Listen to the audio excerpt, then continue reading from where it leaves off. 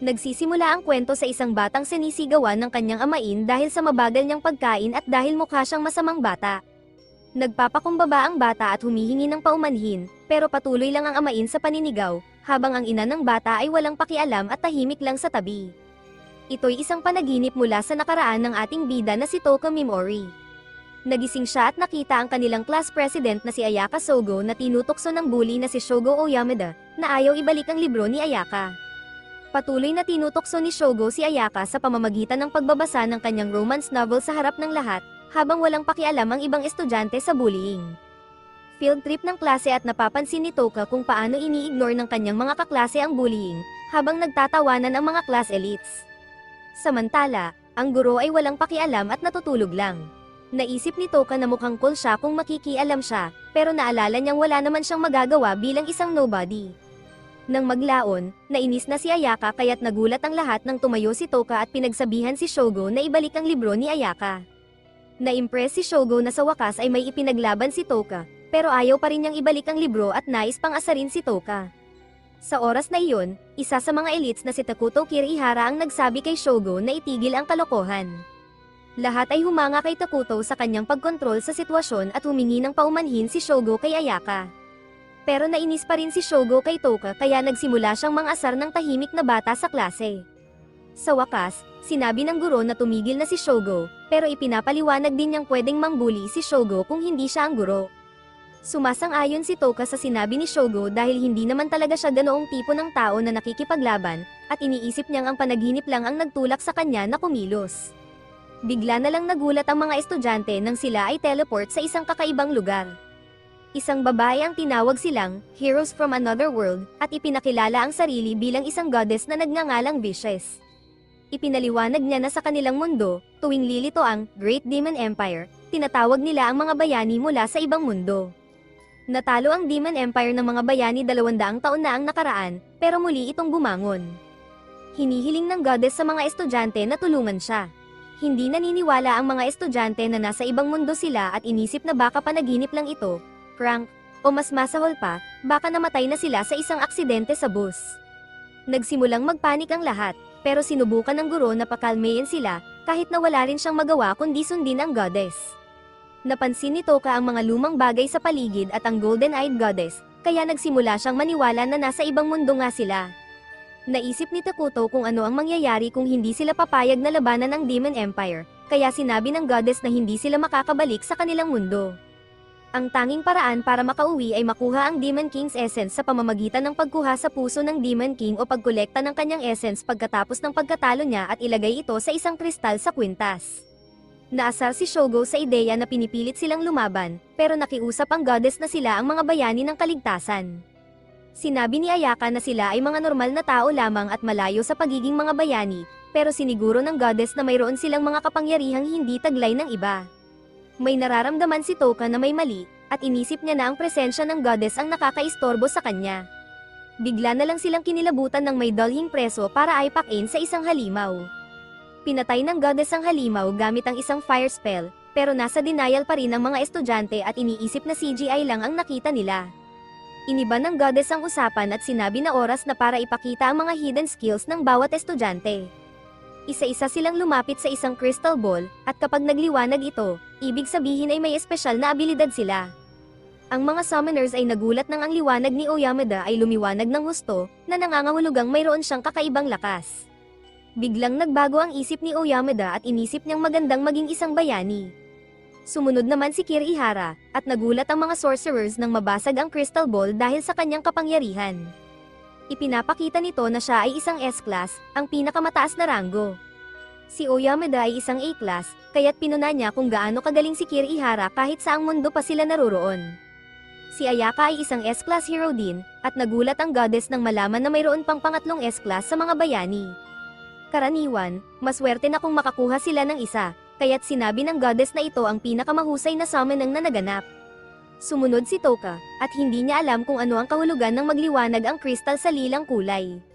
Napansin din niyang ang kanyang liwanag ay ang pinakamahina sa lahat. Gusto niyang malaman kung anong class siya, pero hindi siya pinansin ng goddess. Naramdaman ni Toka na wala na naman siyang halaga, katulad sa dati niyang mundo, at tinanggap na lang niya ito. Sa biglang pagkakataon, ang tahimik na bata sa klase ay nagpakita ng itim na kulay sa kristal. Ipinaliwanag ng goddess na nangyari na ito noon, nang hawakan ng Dark Hero ang kristal, at siya'y naging isa sa pinakamalakas na A-rank heroes. Nagtawanan ng tahimik na bata na si Yasuo na tila baliw, at sinabing alam niyang darating ang kanyang panahon. Pagkatapos nito, ipinakita ng goddess kung paano suriin ang kanilang stats. Napansin ni Toka na mababa ang kanyang stats at mayroon siyang unique skill na tinatawag na status ailments. Ang mga unique skills ay maaaring gamitin lamang ng may-ari, at maaari pa silang magising ng mas maraming kasanayan sa hinaharap. Nainip si Oyameda sa pagpapaliwanag at nais nang magsimula sa pagiging bayani.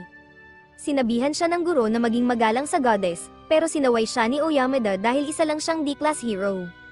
Idineklara ng goddess na may isang huling ritual na gagawin at tinawag si Toka na lumapit. Wala siyang ideya kung bakit, kaya't ipinaliwanag ng goddess na siya ang may pinakamababang ranggo sa lahat ng bayani na na-summon, at siya ay isang E-class.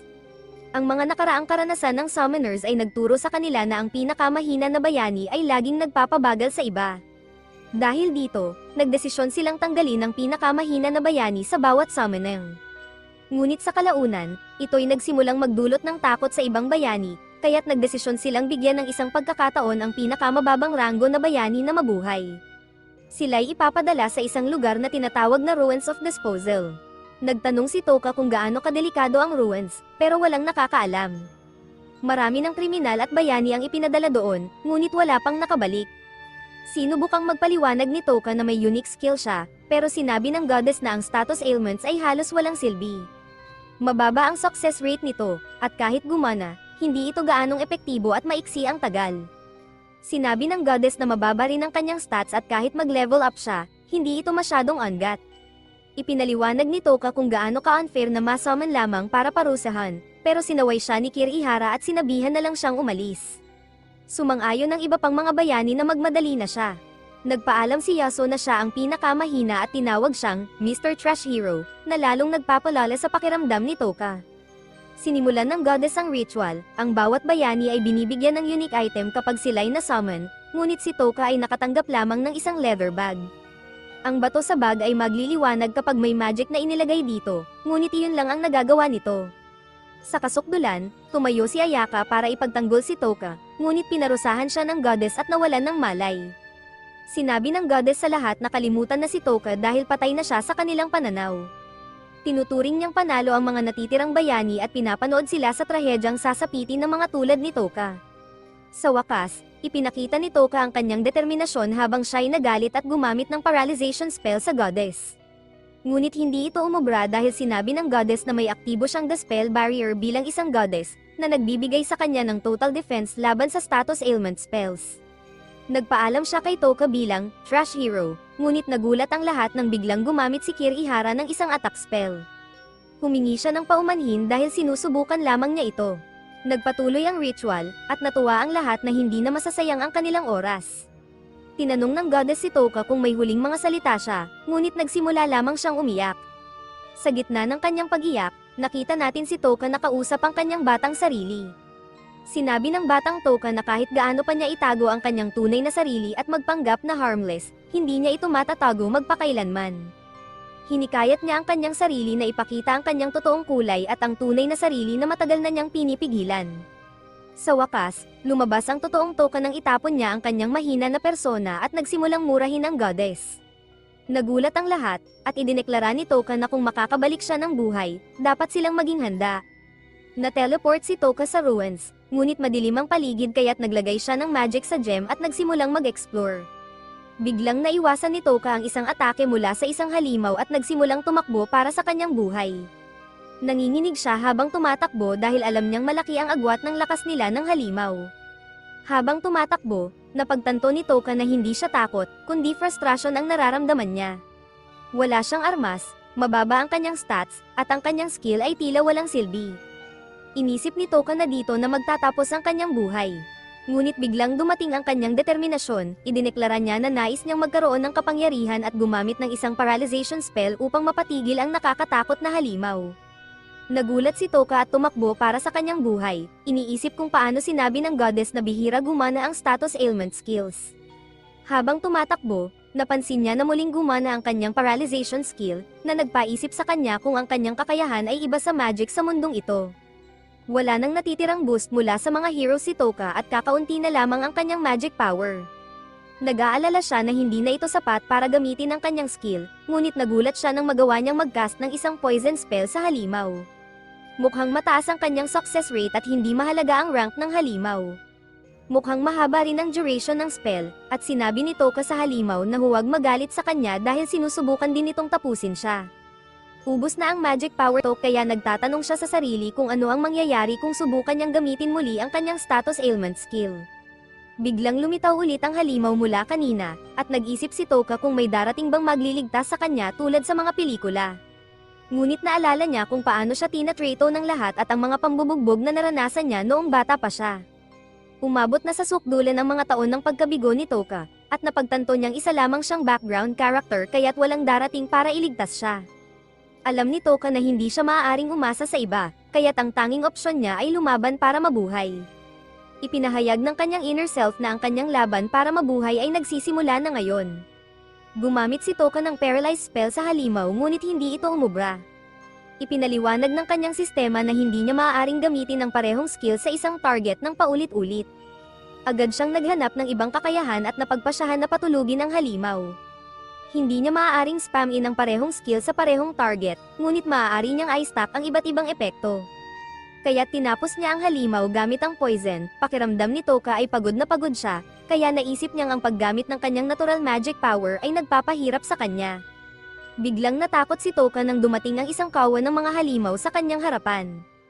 Napagpasyahan niyang kailangan niyang ibuhos ang lahat at isugal ang natitirang magic power para mabuhay. Ginamit niya ang paralyzed spell ng paulit-ulit, bagaman ito ay gumagana, halos maubos na ang kanyang MP. Nagsisimula na siyang mahimatay, at lalo pang lumala ang sitwasyon nang dumating ang mas maraming halimaw. Napagtanto ni Toka na hindi na niya magawang isipin ang natitirang magic power, kaya't ginamit pa niya ang paralyze ng ilang beses. Bagaman gumagana ito, marami pa ring halimaw ang natitira at abot na si Toka sa kanyang limitasyon. Tumangging sumuko si Toka at sinubukan niyang gamitin ang kanyang natitirang lakas para sa isa pang atake. Hindi maganda ang sitwasyon, ngunit biglang sinwerte si Toka nang siya ay mag-level up. Naibalik ang kanyang magic power, kaya't mabilis siyang gumamit ng paralyzed spell upang iligtas ang sarili. Napansin ni Toka na nakakuha siya ng malaking burst ng experience mula sa huling halimaw na napatay at natuwa dahil ibig sabihin nito ay maaari siyang lumaban muli. Ginamit niya ang paralyze ng paulit-ulit at umakyat ang skill nito sa level 2. Naisip ni Toka kung paano gumagana ang leveling system, ngunit naalala niyang kailangan niyang mag-focus sa laban. Napansin niyang maaari na niyang i-target ang maraming kalaban ng sabay-sabay, kaya't pina-paralyze niya ang maraming halimaw. Napagtanto ni Toka na ang goddess lamang ang hindi naaapektuhan ng kanyang unique skill, dahil sa 100% success rate na naranasan niya sa Ruins of Disposal, walang target mark sa mga halimaw na nasa malayo, kaya't nangangahulugang may limitasyon ang range ng kanyang skill. Tinapos ni Toka ang mga paralyzed na halimaw gamit ang poison. Para sa kanya, sila'y para lang experience points, suriin ni Toka ang kanyang stats at nalaman niyang dumami ang lahat sa pag-level up. Mataas na ang kanyang starting MP at patuloy itong tumataas. Sa wakas, nagsimulang bumagsak ang mga halimaw dahil sa poison at muling nag-level up si Toka ng ilang beses. Pinatulog niya ang ilang halimaw at ang slip skill niya ay umakyat din sa level 2. Lalong tumataas ang kumpiyansa ni Toka na kaya niyang talunin ang anumang halimaw na lumalabas. Ngunit nagulat siya nang biglang tumakbo palayo ang mga halimaw sa kanya. Nakatagpo si Toka ng damit mula sa isang bangkay at nagdesisyong kailangan niyang maghanap ng pagkain at tubig. Hindi siya nakahanap ng kahit ano, kaya't nagpasya siyang subukan kainin ang mga halimaw. Tapos na ang epekto ng kanyang poison skill kaya dapat ay ligtas na kainin ang mga halimaw. Subalit, napakahirap ng balat ng mga ito kaya't nagpasya siyang kunin ang mata ng isang halimaw. Hindi ito mukhang masarap at lalo pang hindi maganda ng kagatin niya ito. Nabilaukan siya at napaisip kung ang katawan ng halimaw ay puno lang ng lason. Nagiging delikado na ang sitwasyon, at napagtanto ni Toka na talagang ginawa ang lugar na ito upang tapusin ang buhay ng sinumang ipinatapon dito. Si Toka ay nagugutom na, ngunit napansin niya na nag-iba ang kulay ng ilaw sa kanyang bag. Mas mabigat ito kaysa dati, at nagulat siya nang makitang may soda at ilang jerky sa loob nito. Hindi pa siya nakatikim ng ganito kasarap na soda, at agad siyang kumain ng pagkain. Hindi alam ni Toka kung paano gumagana ang bag at kung magbibigay ito ng pagkain muli, ngunit nagpapasalamat siya na nangyari iyon. Makalipas ang ilang sandali, makikita natin na katatapos lamang ni Toka na harapin ang isang malaking hukbo ng mga halimaw. Ang mga ito'y paralisado at hinihintay na lang niya na magkabisa ang kanyang poison. Nakaupo si Toka sa ibabaw ng isang malaking dragon at inaasahang malapit nang matapos ang laban. Biglang nagsimulang bumagsak ang mga halimaw at nag-level up muli si Toka. Alam niyang nakakatakot ang eksena at napaluha siya. Pagkatapos, nagbalik tanaw si Toka sa kanyang kabataan, kung saan pinangarap niyang mag-Higante. Alam ni Toka na kailangan niyang alisin ang kanyang ama bago siya alisin ito. Sa kabutihang palad, inampon siya ng kanyang tiyahin at tiyuhin, at naramdaman niya ang init ng pamilya. Tinuruan siya ng kabaitan at empatiya, at inakala niyang naging katulad siya nila. Gayunpaman, ngayon ay walang nararamdaman si Toka, at hindi man lang siya nanginginig sa takot sa pagpatay ng maraming buhay. Nagsisimula siyang matakot sa sarili, ngunit napagpasyahan niyang tanggapin ang kanyang bagong sarili. Inilibing ni Toka ang kanyang lumang sarili at tinanggap ang kanyang bagong pagkatao. Matapos ito, madali niyang natalo ang isang mata na halimaw at naglagay ng magic sa isang gem sa tabi ng isang misteryosong pinto. Nang mabuksan ang pinto, natagpuan niya ang 2 taong nagpakamatay sa loob ng kwarto. Nagulat si Toka nang makita ang mga gem na dala ng mga ito, at inisip niyang kakailanganin niya ang mga ito pagbalik niya sa ibabaw. Humingi ng paumanhin si Toka sa pares para sa pagkuha ng kanilang mga gem, at nagsimulang mag-explore ng iba pang mga kwarto. Pagkatapos suriin ang ilang daang kwarto, natagpuan ni Toka ang isang kwarto na kumukonsumo ng mas maraming magic power kaysa sa iba. Sa loob ng kwarto, natagpuan niya ang isang bangkay at isang liham na iniwan nito. Ang taong ito ay si Anglen, na kilala bilang ang Hero of Darkness. Naalala ni Toka na binanggit ng goddess na si Vicious ang taong ito bilang pinakamalakas sa lahat ng bayani. Ang liham ay nagsiwalat na ipinadala sila roon ng goddess sa puwersa dahil hindi na siya kailangan at itinuturing na isang pahirap. Inaasahan ni Anglen na mamamatay siya sa bilangguan, kaya't iniwan niya ang ilang bagay kung sakaling may makahanap sa kanya. Isinumpa ni Toka ang goddess dahil sinabi niya na ang Demon Empire ay masama, ngunit siya pala ang mas masama. Inisip ni Toka na hindi rin siya naiiba dahil gusto lang niyang mag-Higante at hindi nagmamalasakit sa pagsagip ng mundo. Natagpuan ni Toka ang iniwan ng Dark Hero at ito ay isang libro tungkol sa Forbidden Arts na puno ng mga recipe para sa mga magical items at armas.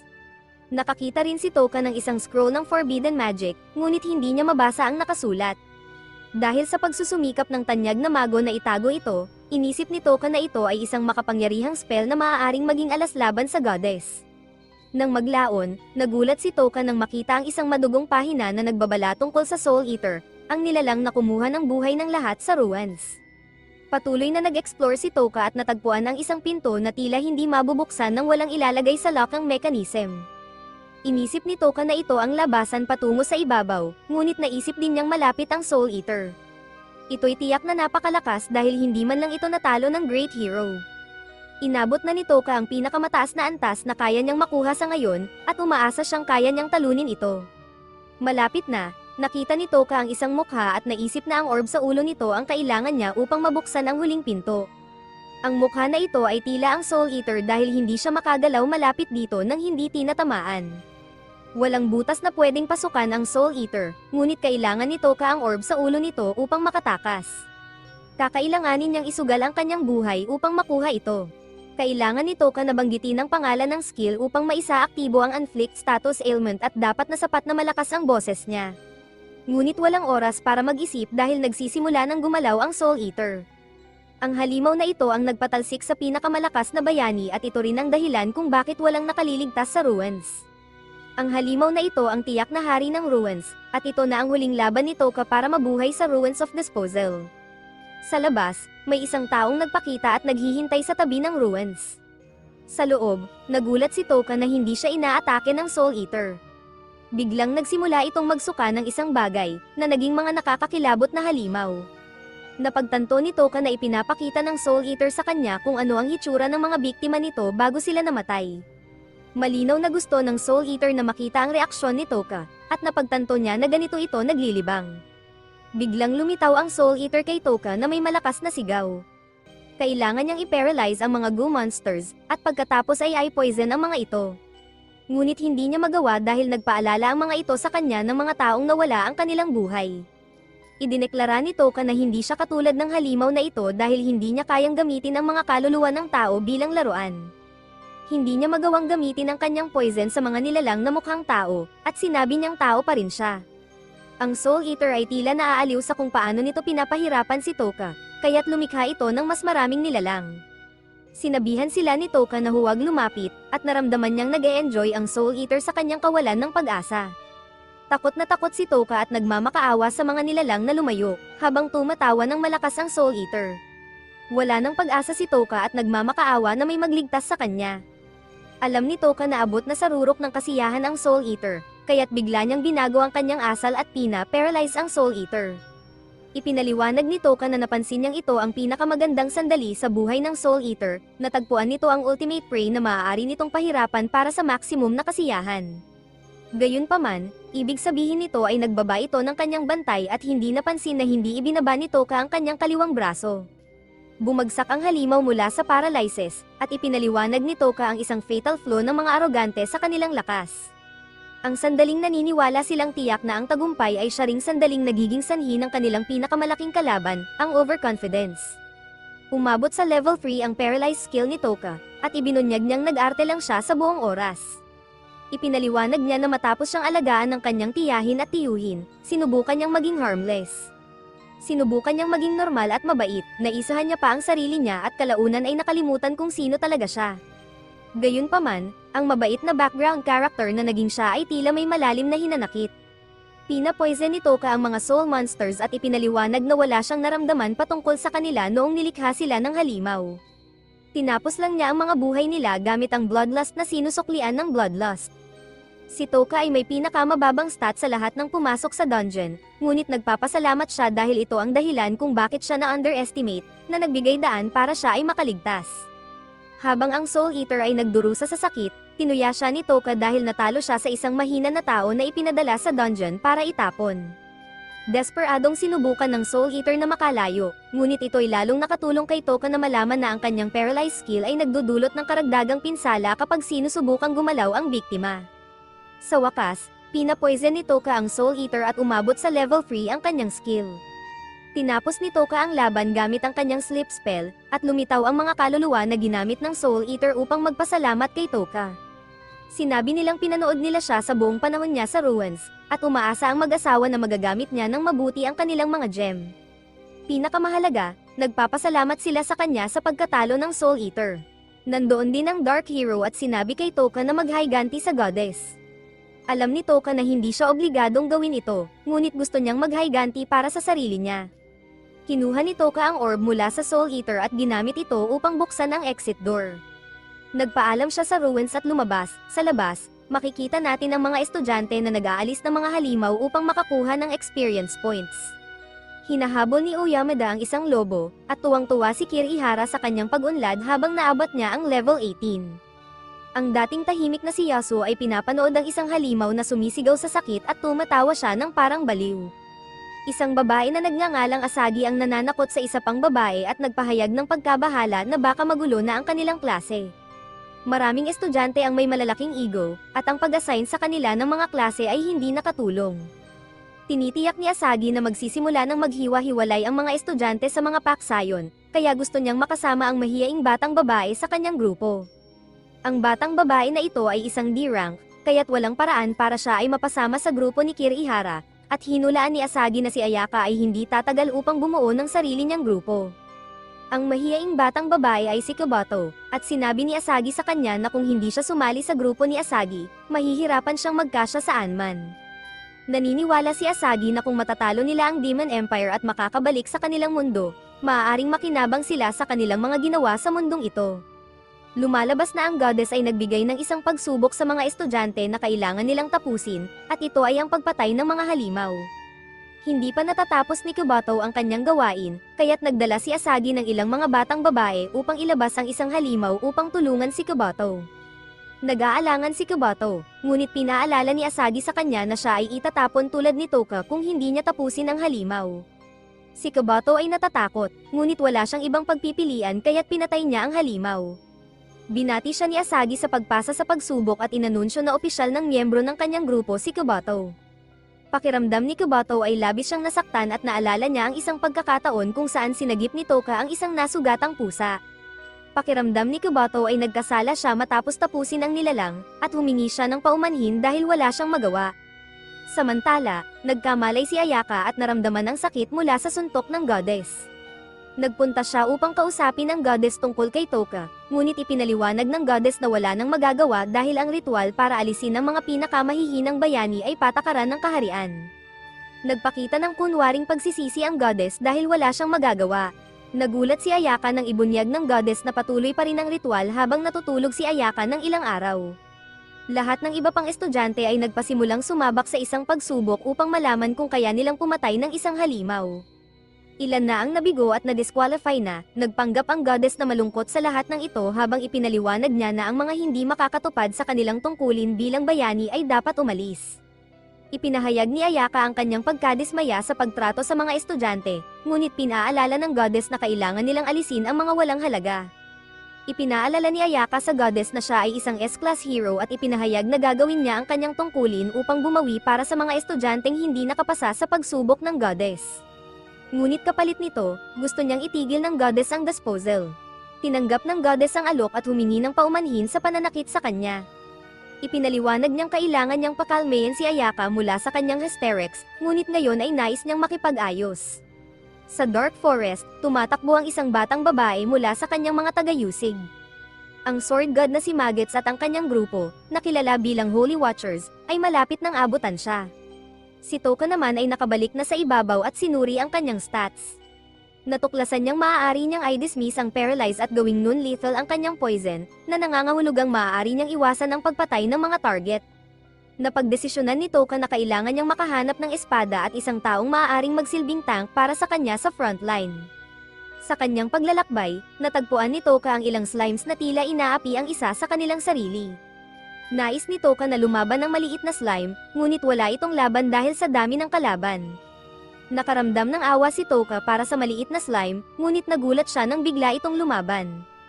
Nakialam si Toka upang i-paralyze at i-poison ang mga nambubuli, at napansin niyang maaari niyang baguhin ang mga setting ng kanyang mga kakayahan. I-dismiss niya ang mga epekto at sinabihan ang mga nambubuli na umalis, iniwan lamang ang maliit na slime. Iniwan ni Toka ang slime na nakaparalyze at sinabi dito na humanga siya sa kanyang paglaban. Sinabihan niya ang slime na huwag siyang atakihin at pinalaya ito. Nagpaalam si Toka sa maliit na slime, ngunit patuloy itong sumunod sa kanya sa kagubatan. Alam ni Toka na ito ay isang outcast, katulad niya, at malinaw na plano nitong sumunod sa kanya. Samantala, ang prinsesa ay pagod na mula sa pagtakas at napagtanto niya na ganito manghuli ang mga Holy Watchers. Balik kay Toka, patuloy pa rin ang kanyang paglalakbay. Makikita natin na si Toka ay nakipag-team up sa slime, na ginagamit niya upang bantayan ang kanyang likuran. Binasa ni Toka ang libro na iniwan ni Anglen at natutunan ang tungkol sa isang eksperimento para palakasin ang mga halimaw. Ito ay mga forbidden arts at kahit paano lumikha ng solusyon para pahusayin ang mga slime ay nakasaad dito. Malinaw na ipinaliwanag ni Toka sa slime na ang kanyang misyon ay paghihiganti, kaya't kung sasama ito sa kanya, iyon din ang magiging layunin nila. Tinanong ni Toka ang slime kung ayos lang ba sa kanya, at pumayag naman ito. Pinangalanan ni Toka ang slime na Piggy Marrow, at walang problema ang maliit na slime dito. Determinado si Toka na makamit ang kanyang paghihiganti sa kahit anong paraan, kaya't hindi siya magdadalawang isip na gumamit ng forbidden magic at arts. Samantala, napagtanto ng prinsesa na hindi siya makakatakas mula sa Holy Watchers, kaya nagpasya siyang gamitin ang isang bagay na ayaw niyang gawin. Inialay niya ang kanyang pagtulog bilang sakripisyo, at pagkatapos ng isang maikling incantation, nag-transform siya sa tinatawag niyang Spirit Regalia. Sa tabi ng kagubatan, nakatagpo ni Toka ang Holy Watchers at nagpasya silang pagnakawan siya. Mas gustong subukan ni Maggots ang kanyang bagong espada kay Toka, kaya't sinabi ng iba na bilisan ito dahil kailangan pa nilang habulin ang prinsesa. Ang mga ito ay nagsalita ng ilang masasamang bagay tungkol sa gagawin nila sa prinsesa at sa ibang babae na makita nila, kaya't nainis si Toka. Napansin nilang umaatras si Toka dahil sa takot, kaya nagsimula siyang magmakaawa para sa kanyang buhay. Inatake siya ni Maggots upang tapusin ang kanyang buhay, ngunit nagulat ang lahat nang biglang i-paralyze siya ni Toka. Tuwang-tuwa si Toka nang makita niyang epektibo ang kanyang status ailment skill sa mga tao, at sinabi niya sa mga thug na hindi sila kasing nakakatakot ng mga halimaw sa ruins. Hindi talaga natatakot si Toka sa kanila, kaya tinawag niyang mga basura ang mga ito. Naiinis din si Piggy Morrow, at napagpasyahan ni Toka na hindi siya mag-aalala kung tatapusin niya ang buhay ng mga thugs. Napagdesisyonan niyang mula ngayon, susuklian niya ang bloodlust ng bloodlust, na nangangahulugang handa siyang pumatay ng tao kung kinakailangan. Na-realize ng mga thugs kung gaano nakakatakot si Toka, ngunit huli na ang lahat dahil pina-poison niya sila. Nararamdaman ni Toka na may iba pang tao sa paligid, at napansin ng prinsesa na hindi na niya maramdaman ang Holy Watchers, kaya nag-aalala siyang baka may plano sila. Biglang natakot ang prinsesa nang maramdaman niyang may ibang tao. Ang presensya nito ay hindi gaanong malakas ngunit napakakaunting naliligalig. Nagsimulang umatake ang prinsesa ngunit lumitaw si Toka sa likuran niya at pina-paralyze siya. Nararamdaman ni Toka ang intensyon ng prinsesa na umatake, ngunit naramdaman din niya ang ibang bagay sa kanya kaya naging interesado siya. Pinanatili lamang niyang paralisado ang prinsesa bilang pag-iingat, kaya tinanong ng prinsesa kung ano ang gusto niya. Ipinaliwanag ni Toka na hindi siya mula sa lugar na ito, kaya nais niyang malaman ang mga bagay-bagay. Papayagan niyang makapagsalita ang prinsesa ngunit binalaan niyang muli niya itong ipaparalyze kung may gagawin itong kakaiba. Sa totoo lang, hindi kayang i-stack ni Toka ang paralyze, kaya nagbabluff lang siya. Pinayagan niyang makapagsalita ang prinsesa ngunit nananatiling may pag-aalinlangan sa kanya. Napagdaanan na ni Toka ang maraming bagay kaya't hindi siya basta nagtitiwala sa mga estranghero. Pumayag ang prinsesa na sagutin ang kanyang mga tanong ngunit gusto muna niyang malaman kung nasaan ang grupo ng 4 na lalaki. Nagulat siya nang marinig na pinatay ni Toka ang mga ito, kaya't nagtanong kung sila ay kanyang mga kaibigan. Ang gulat niya ay dahil sa ibang dahilan, ipinaliwanag niya na ang 4 na lalaki ay ang Holy Watchers. Sila ay napakalakas kaya nagtataka siya kung may mga kakampi si Toka na tumulong sa kanya. Ipinapahiwatig ni Toka si Piggy Morrow nang sabihin niyang mayroon siyang isang kakampi, ngunit hindi niya sinabi ang anuman tungkol dito. Hindi naramdaman ng prinsesa na nagsisinungaling si Toka sa kanyang sagot, kaya't nagpasya siyang sagutin ang kanyang mga tanong ng tapat. Nagpapasalamat din siya sa kanya sa pagliligtas ng kanyang buhay, kaya't ipinaliwanag ni Toka na hindi siya mukhang masamang tao. Pareho silang nagkasundo na huwag masyadong mag-usisa tungkol sa buhay ng isa't isa.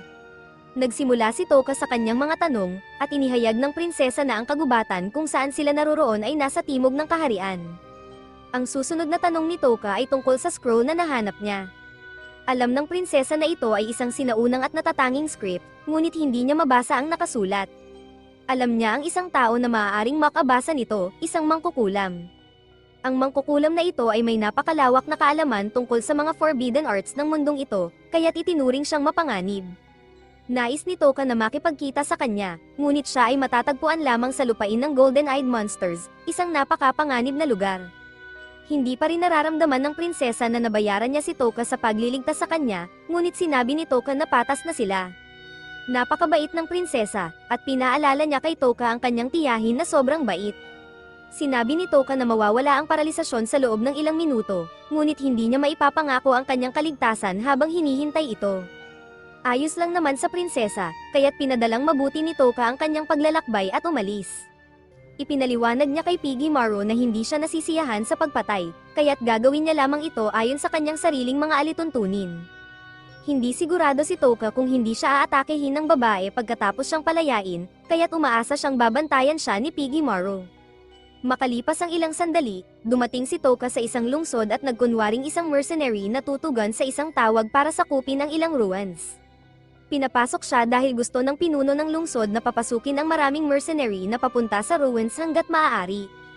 Hindi masyadong mabait ang pagtanggap sa kanya ng tagapag-alaga, ngunit nagbago ang kanyang tono nang ipakita ni Toka na mayroon siyang pera para magbayad ng silid. Tinanong ng innkeeper ang kanyang pangalan, at nagsinungaling si Toka na ang pangalan niya ay Haiti. Kinagabihan, nagbihis si Toka at naglibot sa lungsod. Hindi mukhang mapaghinala ang mga tao sa kanya, kaya't naisip ni Toka na ligtas naman dito. Pinagmasdan niya ang mga tindahan sa paligid ng bayan at pumunta sa isang tavern para maghapunan. Nagdesisyon siyang kumain sa tavern dahil madalas magkwento ang mga tao doon, na magandang pagkakataon para sa pakikinig at pagkolekta ng impormasyon. Narinig niya ang ilang kalalakihan na nag-uusap tungkol sa pinakamalalakas na grupo sa bansa, kasama na ang pinakamakapangyarihang mga knights at hukbo. Napagkasunduan ng mga tao na ang pinakamalakas ay ang Black Dragon Knights ng Bacchus Empire dahil ang kanilang 5 dragon lamang ay katumbas ng isang buong hukbo. Mayroon din silang Humanity's Strongest at ang Hero Slayer. Kinagabihan, kinausap ni Toka si Piggy Maru tungkol sa kanilang mga plano sa hinaharap. Ang kanilang pangunahing prioridad ay makipagkita sa taong makakapagbasa ng Scroll of Forbidden Magic, na nangangahulugang hanapin ang mangkukulam ng mga tabo na nagtatago sa lupain ng Golden-Eyed Monsters. Gayunpaman, nais munang gamitin ni Toka ang Monster Enhancement upang pahusayin ang mga kakayahan ni Piggy Maru. Bigla na lang naalala ni Toka na may narinig siyang bagong palapag na natuklasan sa Mills Ruins, kaya't maraming mercenary ang nagpunta sa lungsod. Sa kabutihang palad para kay Toka, ang sangkap na kailangan para sa Monster Enhancement ay nagmumula sa Skeleton King na naninirahan sa Mills Ruins. Kinabukasan, inutusan ng pinuno ng lungsod ang mga mercenary na galugarin ang bagong palapag ng ruins. Inihayag niya na ang sino mang makakuha ng Dragon Eye Chalice sa loob ng ruins ay makakatanggap ng 300 gold pieces. Magbabayad din sila ng mabuti para sa anumang iba pang kayamanan na matatagpuan, at maaari nilang itago ang anumang material na makita nila. Ito'y magandang balita para kay Toka dahil maaari niyang kunin ang bone powder mula sa Skeleton King. Inutusan ng mga mercenary na mag-form ng mga linya, at napansin ni Toka ang isang kakaibang lalaki na nanggugulo sa isang babae. Ang lalaki ay tila nakikilala ang boses ng babae at nagtataka kung siya ang kapitan ng paladin ng isang tiyak na bansa. Nagsimula ang mga tao sa paligid na magbulungan, iniisip na baka siya ang dating kapitan ng knight na ngayon ay may bounty sa ulo. Naaalala ng kakaibang lalaki ang panahon kung kailan siya tinanggihan ng kapitan ng knight, ngunit hindi maalala ng babae na nagkita sila. Kinilala ng lalaki ang magaspang na pagtrato sa kanya ng babae at ang kanyang mukha ay nakatatak sa kanyang alaala.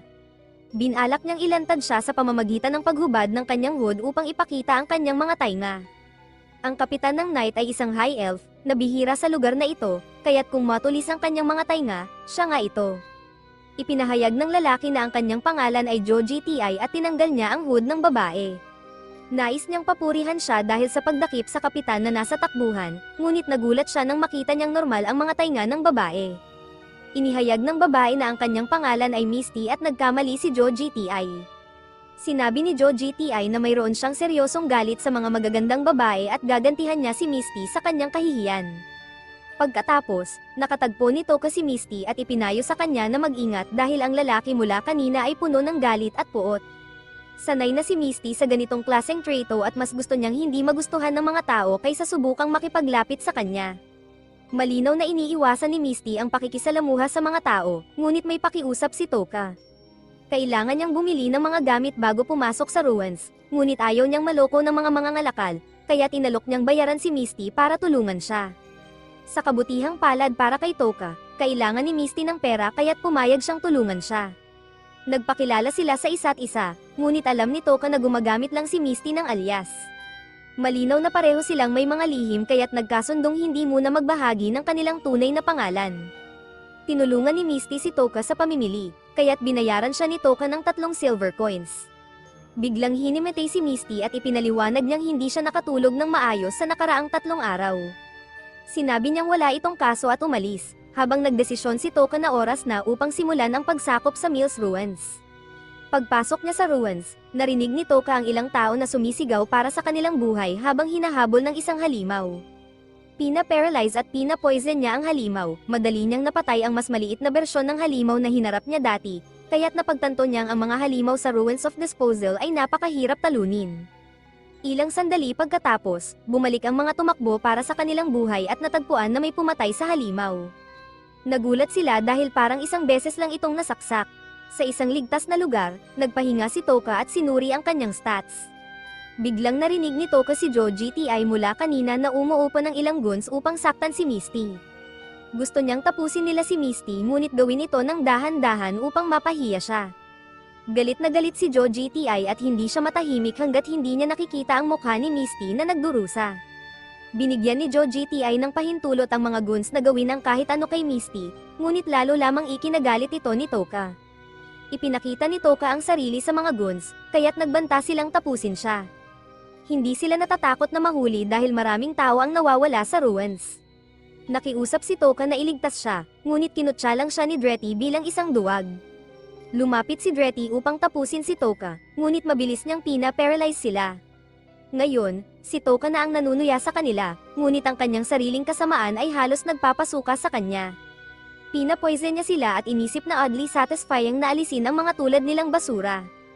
Nangako si Dretty na gagantihan si Toka, ngunit tinutulungan niya ang mga ito na mawala ngayon. Naka-paralyze at poisoned na ang mga lalaki, kaya iniwan na lang sila ni Toka at pinatay sila ng mga halimaw. Pagkatapos ng kaunting pag-explore, narating ni Toka ang lugar bago pumasok sa bagong palapag. Nagpahinga siya ng 3 oras bago magpatuloy. Sa kanyang paglalakbay, nakatagpo niya ang isang grupo na tinatawag na Saber Tigers. Ipinaliwanag nila na may kakaibang nangyayari sa ruins. Ang mga halimaw ay nawawala sa iba't ibang paraan at lugar. Ang pinaka-nakakapagtaka ay hindi nila malaman kung sino o ano ang pumapatay sa kanila. Parehong malalakas at mahihinang halimaw ay nawawala sa isang kakaibang paraan, at ang kanilang mga bangkay ay natagpuan na may maputlang kulay. Ang grupo ay nag-akala na sila ang unang nakarating sa ika-14 na palapag, ngunit natagpuan nila ang mga patay na halimaw. Ang pinuno ng Saber Tigers ay nagmamalasakit sa kanyang grupo, kaya't nagdesisyon silang umalis sa ruins. Tinanggihan ni Toka ang alok nilang umalis ng sabay, kaya't hiniling nila sa kanya na ipasa ang mensahe sa sinumang makasalubong niya. Pag-alis nila, napagtanto ni Toka na tinutukoy nila ang mga bangkay ng mga halimaw na napatay niya gamit ang kanyang skill. Nakita natin ang mga halimaw na kanyang napatay, at naisip ni Toka na ang takot na dulot nito ay nangangahulugang mas kaunting kompetisyon sa ruins. Sa wakas, natagpuan ni Toka ang Dragon Eye Chalice, ngunit ito'y pinoprotektahan ng isang gargoyle. Inisip ni Toka na magsisimulang gumalaw ito kung kukunin niya ang chalice, kaya't pina-paralyze niya ito. Malinaw na buhay ang gargoyle, kaya't sinundan niya ito ng poison. Pinabantayan niya si Piggy Maru habang kinuha niya ang chalice. Nalasan ang gargoyle at biglang lumitaw si Misty. Ibinigay ni Toka kay Misty ang chalice, na ikinagulat niya dahil malaki ang premyo ng 300 gold. Gusto niyang magbigay ng kapalit, ngunit wala namang kailangan si Toka. Naghanda si Toka na umalis, ngunit tumanggi si Misty na tanggapin ang sobrang bait na alok ni Toka. Ipinaliwanag ni Toka na ang pekeng persona na ginagamit niya ay isang talagang mabait na tao, ngunit sa katotohanan, hindi kayamanan ang kanyang layunin. Biglang binuksan ni Toka ang isang nakatagong daan at ipinaliwanag na ang kanyang layunin ay ang halimaw na nagtatago sa ibaba. Nais pa rin ni Misty na magpasalamat, kaya inalok niyang maging gwardya para sa kanya. Nangako siyang hindi siya magiging pabigat at protektahan siya gamit ang kanyang kasanayan sa espada. Hindi nakakita si Toka ng palatandaan na aatras si Misty, kaya't pumayag siyang sumama siya sa kanya sa ilang mga kondisyon. Una, hindi sila dapat mag-usisa sa buhay ng isa't isa. Pangalawa, plano ni Toka na gumugo ng maraming oras sa susunod na palapag, kaya't kung magdesisyon si Misty na bumalik mag-isa, hindi siya magiging responsable para sa kanya.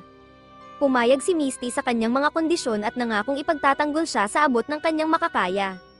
Pagkalipas ng ilang sandali, napatunayan ni Misty ang kanyang kakayahan nang madali niyang naputol ang isang nakakatakot na halimaw. Malinaw na may karanasan si Misty, kaya tinanong siya ni Toka kung may alam siya tungkol sa Golden-Eyed Monsters. Ipinaliwanag ni Misty na sila ay kinikilala bilang perpektong prey para sa mga bayani mula sa ibang mundo upang mag-level up. Hindi sinabi ni Toka na siya ay isa sa mga bayani mula sa ibang mundo. Ipinaliwanag ni Misty na ayon sa alamat, ang Demon King na ugat ng lahat ng kasamaan ay naglalabas ng isang espesyal na enerhiya na kilala bilang Demon King Essence. Ang mga halimaw na malakas na naapektuhan nito ay nagiging golden-eyed at nagkakaroon ng matinding likas na pagkahilig sa karahasan. Matapos ang ilang pag-explore, sinabi ni Misty na nararamdaman niya ang presensya ng isang halimaw. Hindi ito malakas kaya't hindi niya ito pinansin, ngunit ito'y malapit na. Lumabas na si Piggy Maru lamang ito, kaya ipinakilala siya ni Toka kay Misty. Natakot si Misty sa una, ngunit tiniyak ni Toka na ligtas ito kaya't panay ni Misty ang maliit na slime. Nag-aalangan si Misty na matulog, kaya kinumbinsi siya ni Toka na kahit humiga na lang siya para magpahinga. Mukhang pagod na pagod si Misty mula noong magkita sila, kaya't ginamit ni Toka ang kanyang kakayahan upang patulugin siya. Nang makatulog si Misty, nawawala ang kanyang skew magic at natuklasang siya ay si Knight Captain Ashrain. Sa ibabaw, natagpuan ng Black Dragon Knights ang mga bangkay ng 4 na Holy Watchers, na pagpasyahan ng mga knight na sila ay pinatay sa isang iglap na walang malinaw na senyales ng laban. Isang massacre na ganito ang hindi maisip na nagawa sa mga bihasang kalalakihan, kaya't inisip ng leader ng knight na si Ashan ang gumawa nito. Salamat sa panonood ng aking recap. Mag-subscribe sa channel para matulungan kaming maabot ang 100,000 subscribers.